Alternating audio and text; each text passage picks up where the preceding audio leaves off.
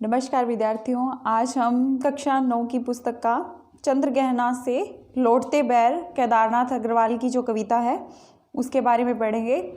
अब हम पढ़ते हैं कवि परिचय। केदारनाथ अग्रवाल जी का जन्म 1911 में बांदा जिले के कमसिन गांव में हुआ था और इन्होंने कॉलेज शिक्षा इलाहाबाद से ग्रहण की और ये वकालत करी थी इन्होंने। इसके पश्चात इन्होंने राजनीतिक और सामाजिक और साहित्य जीवन में इन्होंने सक्रियता बनाए रखी और इनकी अब कुछ रचनाएं हैं जिनके नाम हैं नींद के बादल, युग की गंगा, लोक तथा आलोक। इनकी 3 रचनाओं का संकलन फूल नहीं रंग बोलते हैं इसमें हुआ है।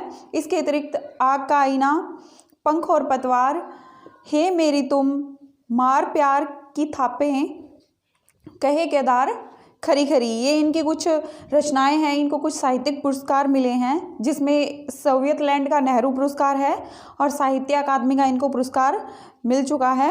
और इनकी जो भाषा शैली है वो भाषा इनकी लोक भाषा रही है जो जनता में प्रचलित थी और इनका शिल्प बहुत ही जटिल था। उनके भाव हैं वो उभर के आते हैं। इन्होंने प्रकृति को बड़े ही मनोरम तरीके से इन्होंने प्रस्तुत किया है और इनकी जो लय और संगीत था उस पर इनकी गहरी पकड़ थी। ये जो आपकी कविता है यह प्रकृति के वातावरण से परिपूर्ण कविता है। यह बहुत ही मनोरम कविता है। इसमें कल्पना जगत की बहुत सारी खूबियाँ इसमें मिलती हैं। अब हम पढ़ते हैं इसका पाठ परिचय, यानी कि जो कविता है उसका परिचय।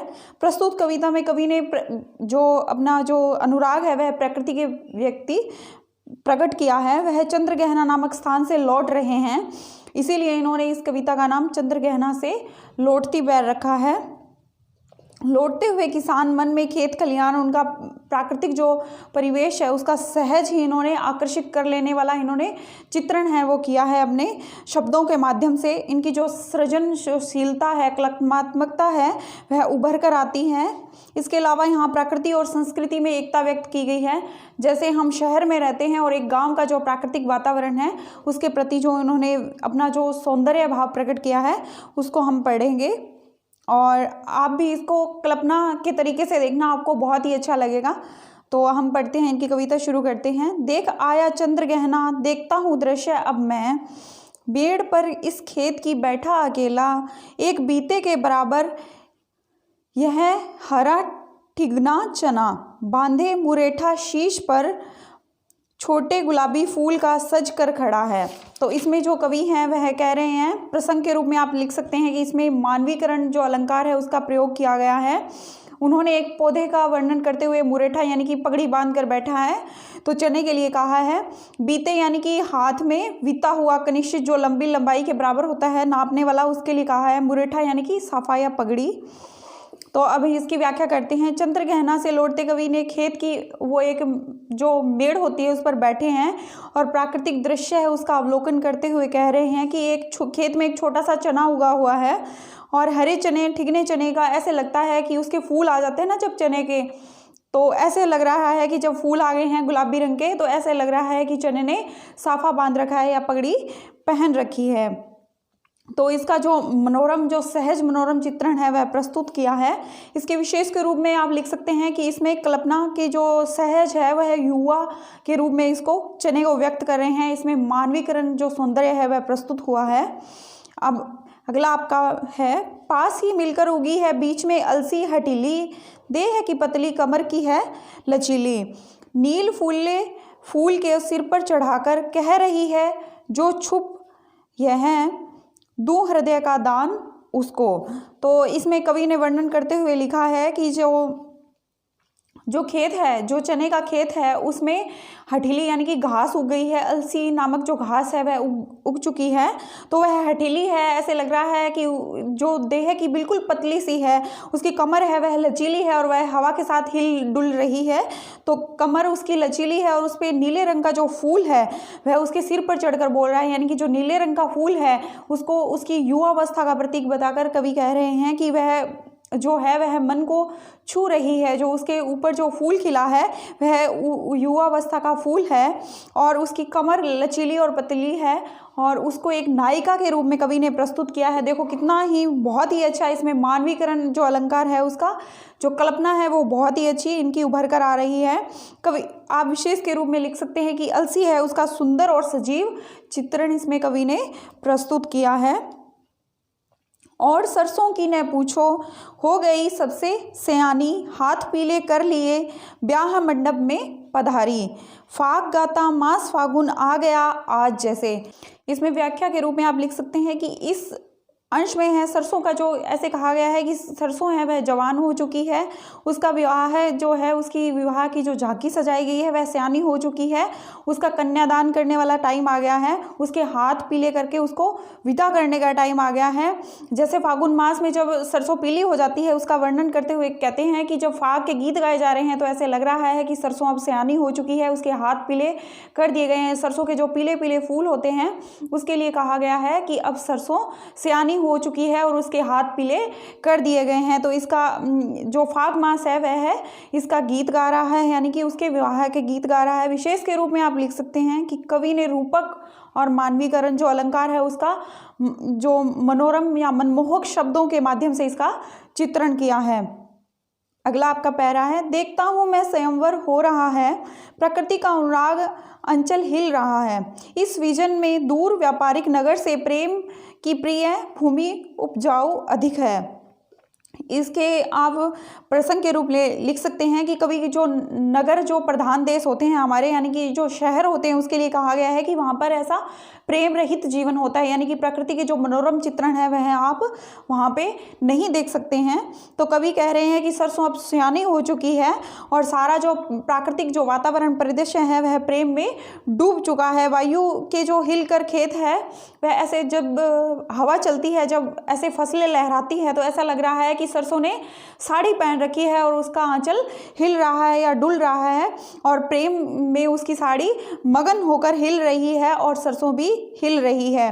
कवि नगर निवासी और नगर जीवन को एकांत और शांत मानते हैं और यह कह रहे हैं कि आप यहाँ आके देखिए, गांव में आके देखिए, प्रकृति को आप इस तरह निहारिए कि आपको यहाँ पर प्रसन्नता का अनुभव होगा। जो फसलें हैं वह आपको प्रेम का संदेश देंगी।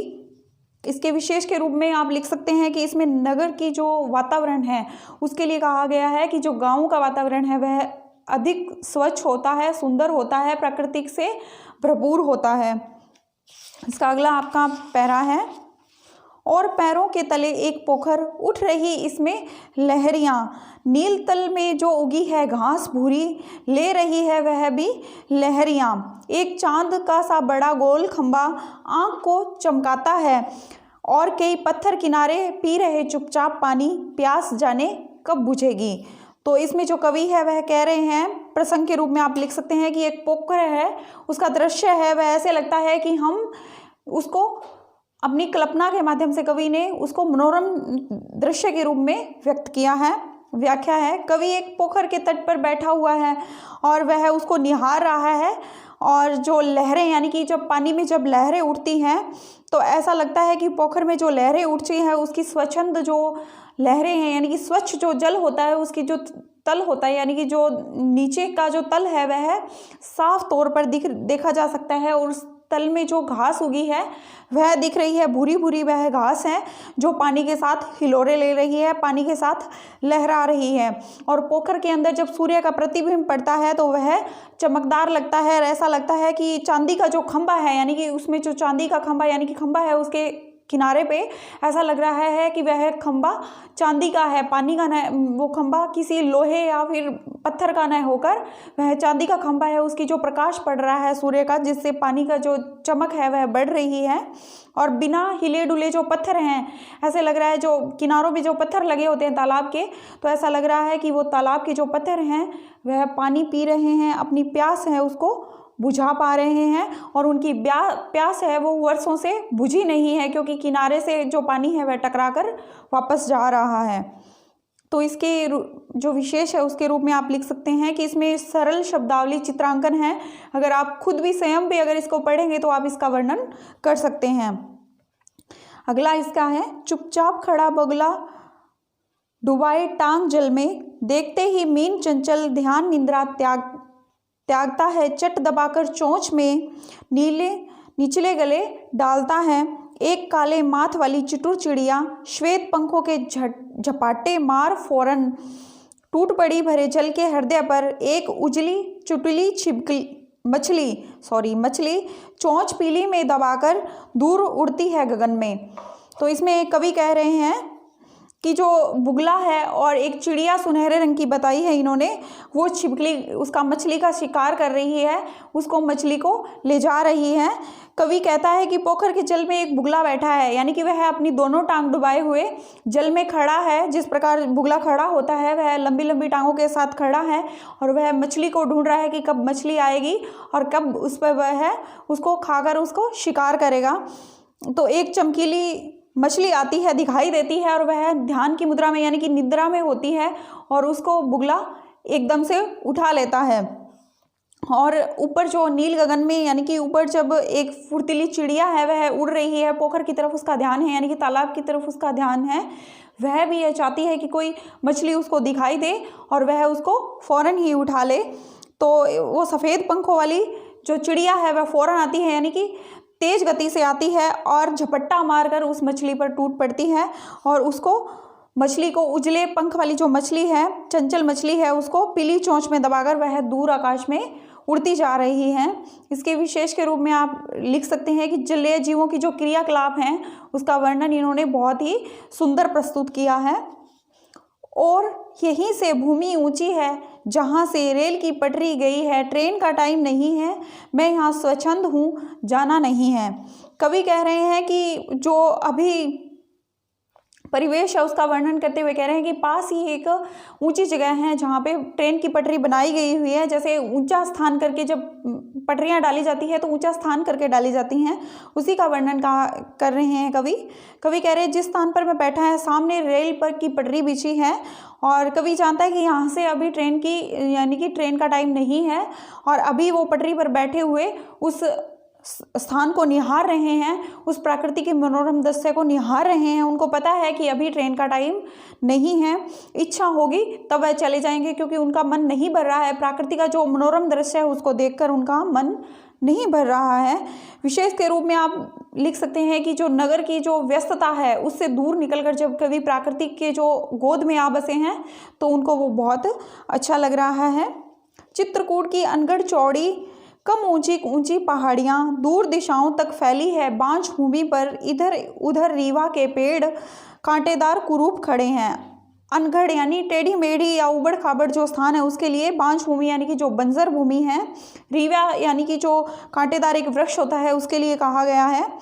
तो आप इसके विशेष के रूप में लिख सकते हैं कि नई प्रसंग के रूप में लिख सकते हैं कि चित्रकूट की जो अनुपजाऊ जो है भूमि है उसका वर्णन किया गया है। कवि कहता है कि चित्रकूट की पहाड़ियाँ हैं वह टेढ़ी मेढ़ी या उबड़ खाबड़ हैं, उनकी चौड़ाई अधिक है लेकिन ऊंचाई कम है। कई पहाड़ियाँ होती है जिनकी ऊंचाई कम होती है और चौड़ाई अधिक होती है।